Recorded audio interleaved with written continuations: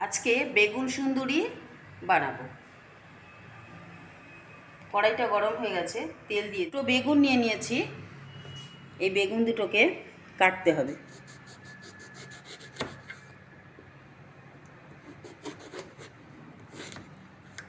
বেগুনের ভেতরে যদি বীজ থাকে, না বীজ নেই খুব একটা, বেগুনটাকে প্রথমে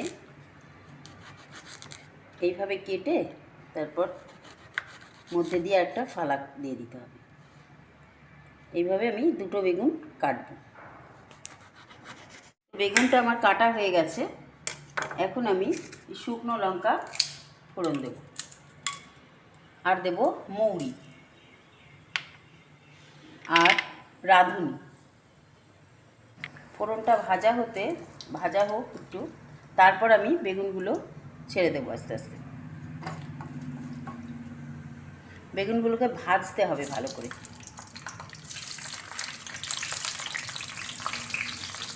এখন একটু নুন আর হলুদ দিতে হবে।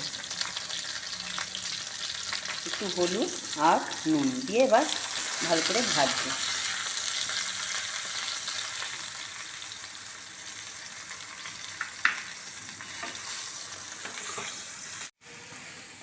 এবার ঢাকা দিয়ে দেব, একটু ঢাকা দিয়ে দিলাম।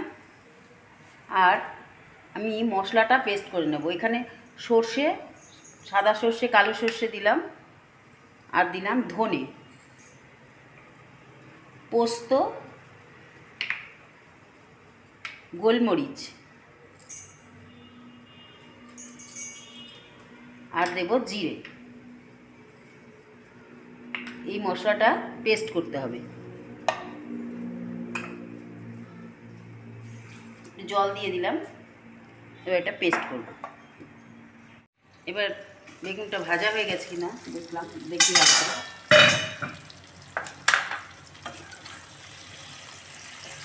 বেগুনটা ভাজা হয়েছে, বেগুনগুলোকে এবার তুলে ফেলবো।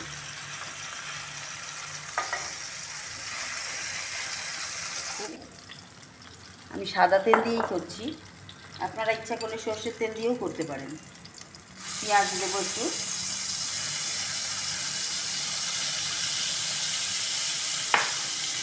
আর রসুন দেবো, আর আদা বাটা দেবো।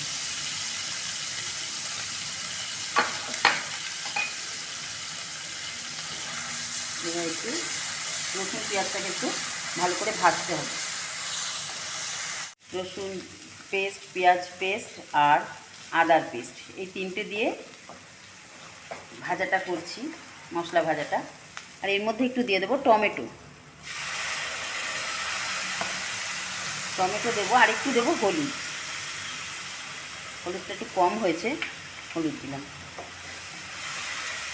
দিয়ে যে পেস্টটা আমি করে রেখেছিলাম মশলার, সেইটা দিয়ে দিচ্ছি।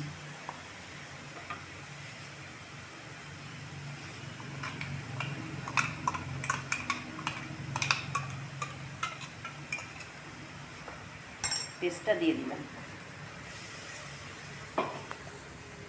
এখন বেগুনগুলো ঢেলে দেব, আর একটু জল দিতে হবে। এর মধ্যে জল দিয়ে দেব, অল্পই দেব জল। এবার ঢাকা দিয়ে দেব।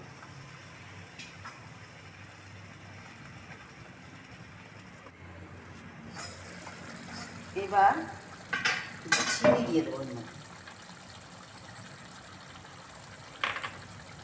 আর দেব একটু তিল, সাদা তিল একটু দিয়ে দেব।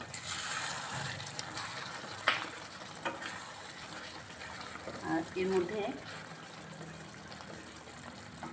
একটু ঘি দিতে হবে।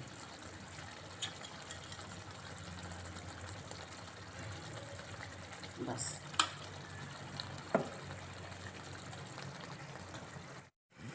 এবার আমি নামিয়ে ফেলছি।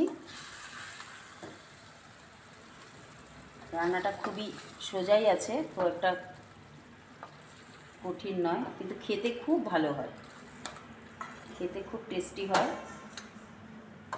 গরম ভাতের সাথে তো খুবই ভালো লাগবে, রুটি পরোটা সব কিছুর সঙ্গে যা ভালো লাগবে খেতে। আর যারা বেগুন খেতে পছন্দ করে না তাদেরও খুব ভালো লাগবে। এর উপর একটু ধনেপাতা ছিটিয়ে দিচ্ছি।